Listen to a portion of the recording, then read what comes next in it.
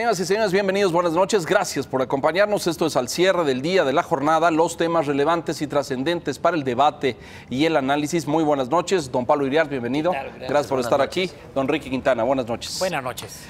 Esta mañana en el Club de los Industriales en la Ciudad de México, el American Chamber sostuvo su reunión anual y convocó la presencia de los 4 candidatos presidenciales, la señora Margarita Zavala, el señor Andrés Manuel López Obrador, el señor Ricardo Anaya, el señor José Antonio Meade. En ese orden se presentaron por separado en el espacio del American Chamber con distintos moderadores, respondieron a preguntas, expusieron algunas ideas. Coincidencias de lo mencionado, todos hablaron de corrupción, de combate a la corrupción, de temas de Estado de Derecho, de esta prioridad para el país, que expresaron distintas ideas, el fortalecimiento de las fiscalías, la reforma al 102. El señor Meade habló de que no hay partidos corruptos, sino políticos corruptos. Y después hablaron de diferentes cosas, pero si les parece, vamos abarcando uno por uno. La primera que se presentó en la mañana a las 9 fue Margarita Zavala. Pablo. Mira, yo creo que lo de Margarita Zavala, lo que me llamó la atención fue desconcertante. Es decir, no tengamos, salvo que haya entendido mal, ustedes me corregirán, no hay que tener miedo de López Obrador y que no haya votos de pánico.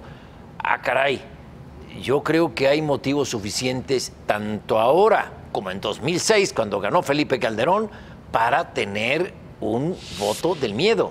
Es decir, sí hay que preocuparse, sí hay sustento de un candidato que habla de amnistiar criminales, de amnistiar, no estamos hablando de una guerrilla, sino de grupos del crimen organizado.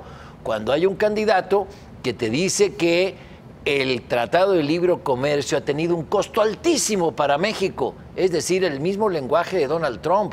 Hay un candidato que te habla de que el nuevo aeropuerto capitalino, donde ya está hecha una gran inversión y es absolutamente necesaria, tiene que irse a 2 horas de aquí a Tizayuca.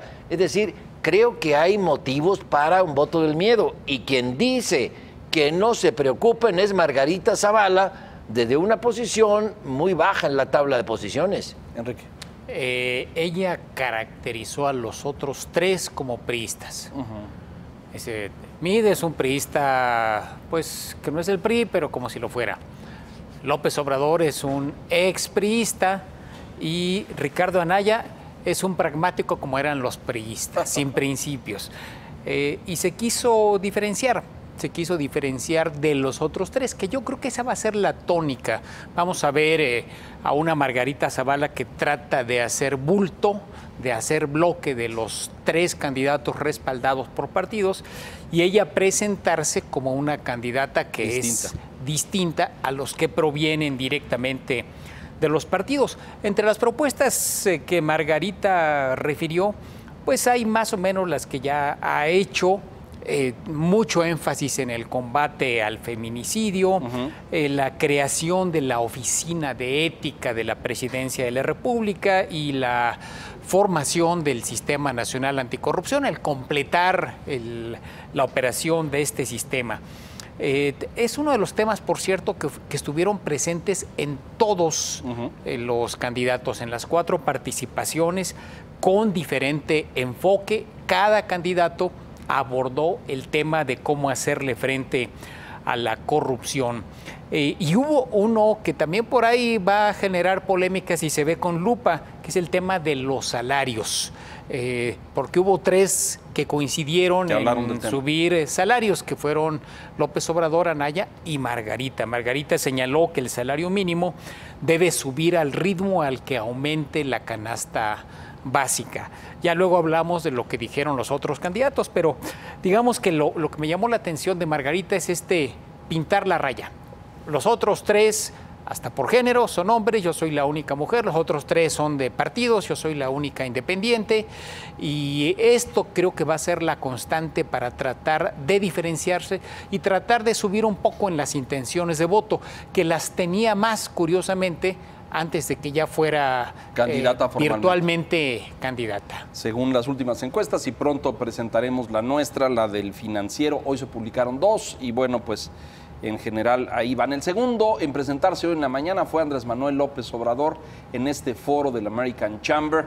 Habló de la relación con Estados Unidos, no es un tema que aborde generalmente, habló de amistad, de buena relación, habló nuevamente de revisar los contratos, tanto del aeropuerto como de la reforma energética, pero tuvo una mención que no deja de sorprenderme, que se le pregunta por Napoleón Gómez Urrutia, usted sabe quién es, este líder del sindicato minero, prófugo del país, con acusaciones e investigaciones, acusado de llevarse 54 millones de dólares de los mineros, y que Andrés ha acogido en su lista de aspirantes, los de Morena, para el Senado. Lo comparó con héroes de la historia de México, lo comparó con Madero y con Morelos, y no los mencionó de nombre, pero dijo que muchos de los héroes de la historia del país han estado en la cárcel. Y dijo que es un perseguido político, Napoleón Gómez Urrutia. Mira, creo que López Obrador falta la verdad. No sé si lo conoce o no lo conoce, esa parte no te la podría decir, porque dice nunca lo he visto, nunca lo conozco, pero va en el cuarto lugar de la lista, el cuarto o el quinto lugar de la lista, es decir, lo va a hacer senador. Lo que tanto ha criticado que los políticos no deben tener fuero, él le va a dar fuero al señor Napoleón Gómez Urrutia. Lo otro, este señor nunca ha trabajado en su vida. Es minero, pero jamás ha bajado al socavón de una mina, como sí lo hizo su padre, Napoleón Gómez Sada. Nada más que se eternizó en el cargo y le heredó a su hijo Napoleón el liderazgo del sindicato minero. Y se fue con 55 millones de dólares a Vancouver. Se lo reclamaron sus propios trabajadores. Bueno, y lo hace López Obrador, el candidato al Senado. ¿Por qué? Porque es un perseguido como Madero. Entonces, que ponga a todos los perseguidos en el país por delitos como robarse el dinero de los trabajadores o de otras personas, que los ponga como candidatos. Empiezan las amnistías. ¿Qué va a hacer cuando llegue a la presidencia? A mí me parece una muy mala señal. Tengo más que comentar sobre la intervención de López Obrador, pero en aras de la dinámica, pues... Vaya osadía, ¿no? Me parece verdaderamente... Y además, tú lo dices bien, contradice sus propias afirmaciones. Fuera, que desaparezca el fuero, que todo, y le va a dar fuero a este señor que está acusado. Hay otra parte que resultó muy chistosa. Aquí tenemos atrás a la imagen, Adriana Pérez Cañedo, cuando le pregunta qué va a hacer tras la venta del avión presidencial, que volvió a referir que vendería el avión presidencial. Y le pregunta, bueno, ¿volaría en vuelos comerciales? Sí, exacto. Dice, pues sí, pero ¿qué tal si va a la ONU y resulta que el avión se retrasó 3 o 4 horas y ahí está la Asamblea General esperando la intervención del presidente de México? Dice, pues no llegué. Si salió tarde el avión, pues ya no llegó el presidente al compromiso que tenía. Es interesante. Hay países donde el presidente de la República no tiene avión. Uno... me parece, creo que es Paraguay. Uruguay en tiempos de Pepe no sé Mujica. Si continúe. Uruguay y Costa Rica. Pedían aventón, prácticamente ponían el dedo así con otros mandatarios a ver si les daban right y los traían. Es evidentemente un gesto con el cual pretende ganar simpatía y tiene su eficiencia López Obrador como vendedor de estos planteamientos. Es ridículo, verdaderamente no encuentro otro calificativo, pensar que el presidente de un país de las características de México va a volar en una línea comercial y si por cualquier razón el aeropuerto se saturó, pues ya... Ahí está el presidente atorado, ¿no? Ya la reunión a la que iba o lo que iba a hacer el presidente queda cancelado porque pues hay saturación de vuelos comerciales. Pero de eso se tratan las campañas. No nos gustan, pero las campañas para ser eficientes venden promesas que no van a poder sostenerse. ¿Qué va a hacer López Obrador? A lo mejor vende el avión, pero va a volar en uno de la Fuerza Aérea. No se va a subir a un vuelo comercial, no lo van a dejar. De vez en cuando lo va a hacer para poder fotografiarse. Sin embargo, pues por lo menos generó esta reacción de risa. Fue quizás la risa más abierta ahí en el foro, auditorio, en el foro. Y es el éxito de este personaje que alguien dice, pues es un animal político, tiene una intuición como para saber cómo manejar a los auditorios de todo tipo. Con mucha eficiencia. Hoy estrenó Spot, por cierto, no estuvo en el foro y no le damos tiempo si quieres, pero estrenó Spot donde hace una acusación, este otro de sus temas muy insistentes, de las pensiones de los expresidentes. Y dice una cifra y los acusa a todos de que las reciben, y pues hay, como sucede con frecuencia con Andrés Manuel, pues inexactitudes e imprecisiones, porque por lo menos en el registro de Hacienda está claro que el expresidente Zedillo no la cobra ni la ha cobrado nunca. Y me parece que hay otro más por ahí que tampoco la cobra. Sí, el expresidente Salinas tampoco. No la cobra. Pero sí tienen personal a su cargo. Sí. Y eso me parece indispensable, sobre todo para el clima de odio que ha generado López Obrador en contra de Carlos Salinas y de Felipe Calderón. Por una parte, es necesario que tengan protección y asistencia del Estado Mayor. Y también es necesario, después de haber encarcelado al Chapo Guzmán, Peña Nieto no debe tener cuando salga una protección. Es decir, esto no es Suiza. Si fuera Suiza, bueno, podríamos discutirlo, o Suecia. Pero en el caso de México, desde luego que necesitan a personal del Estado Mayor. Tal vez el sueldo sea mucho, sea... O que se revise. Sí, pues. o que se revise, pero también el garantizarles un buen sueldo los hace, no tendrán que depender después de un empresario o de un grupo de empresas a quien rendirle cuentas. Pero hay algo que yo quiero agregar. Mintió López Obrador. Dice que va a ser respetuoso del poder legislativo y el poder judicial. Señores, cuando fue jefe de gobierno, no fue respetuoso ni del poder legislativo ni del poder judicial. Mucho menos del judicial. Tomó 2 veces el Congreso a través de su subsecretario de Gobierno, Martí Batres, que desde la oficina del antiguo Palacio del Ayuntamiento coordinó a los asambleístas del PRD, en aquel entonces López Obradorista, para que fueran a San Lázaro a tomar la tribuna. Los dejó entrar con engaños la señora Dolores Padierna y tomaron la tribuna para evitar que se votara una reforma en materia educativa que a él no le convenía. No fue respetuoso del poder legislativo, tampoco fue respetuoso del poder judicial. ¿Por qué? Porque violó amparos e incurrió en desacatos. Lo del Encino incurrió en desacato, dicho por 2 instancias judiciales. Y luego con el tema de no me acuerdo la compañía Eumex, si no me equivoco, que se llamaba, la que ponía los anuncios en los parabuses, le violó media docena de amparos. Ese es el que respeta al Poder Judicial, y cuando lo iban a desaforar, le torció la mano al Congreso, al presidente de la República y a la Corte con 2 marchas. Así va a ser cuando sea presidente y no le guste una resolución de la Corte, no le guste una resolución del Poder Judicial. No, si ya cambió, ¿ya cambió? Sí. El tema de los salarios que había comentado. Ah, sí, claro. Margarita dice, los salarios tienen que aumentar conforme incremente la canasta básica. López Obrador dice, los salarios tienen que homologarse. Los salarios, por lo menos en los sectores que están bajo negociación en el Tratado de Libre Comercio, tienen que homologarse a los de Estados Unidos y Canadá. Curiosamente coincide con los negociadores norteamericanos.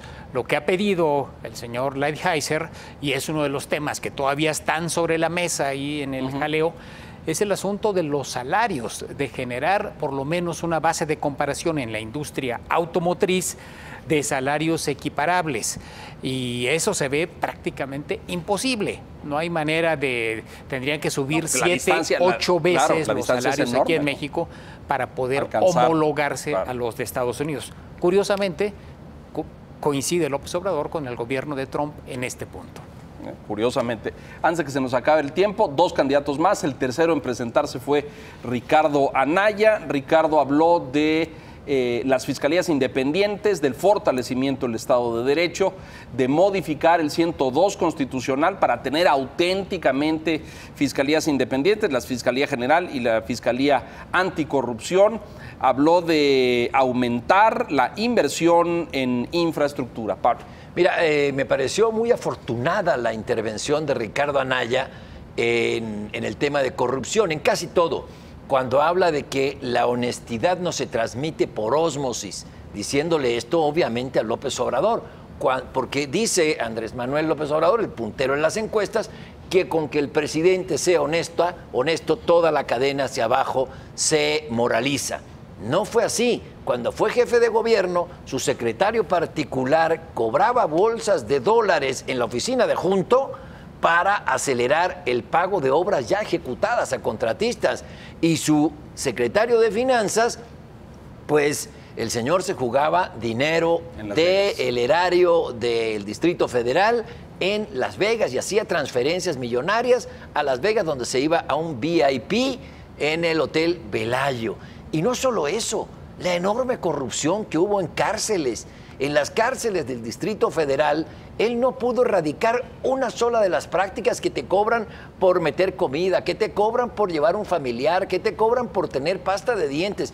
Todo eso que se maneja desde el gobierno de la Ciudad de México, esa corrupción permaneció intacta. Por tanto, me pareció muy acertado lo de Ricardo Anaya, de que la honestidad, suponiendo que haya sido muy honesto López Obrador como jefe de gobierno, no me consta lo contrario. No pasó por osmosis. Pero no transmitió eso ni logró moralizar absolutamente a nadie. Todo lo contrario, fue un barco de piratas el gobierno del Distrito Federal, con los taxis, idem, con los ambulantes, que fue un gran negocio el de los ambulantes para su secretario particular y muchos de su staff. Algo que fue característico de la participación de Anaya fue justamente el ataque a López Obrador. Prácticamente no aludió al candidato del PRI Verde Panal, ni a Margarita. Todas sus críticas y comentarios estuvieron focalizados sobre López Obrador.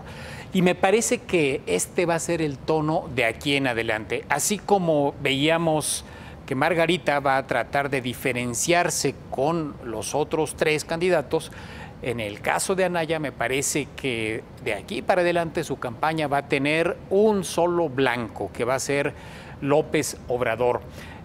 Creo que en el tema tanto de la inversión pública fue muy crítico de la estructura del gasto público, en lo cual tiene razón, hay que hacer una reingeniería del gasto porque hay una enorme cantidad, una enorme proporción que se destina al gasto corriente y una cantidad pequeña para la inversión.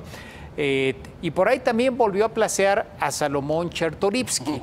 Estaba por ahí también entre el público, lo llevó en su staff y volvió a presentarlo pues como el que le está haciendo el trabajo de diseño de política pública, sabiendo pues la buena imagen y la buena entrada que tiene Chertorivsky, máxime entre el sector de inversión extranjera. Vamos a hacer una pausa, tenemos un candidato.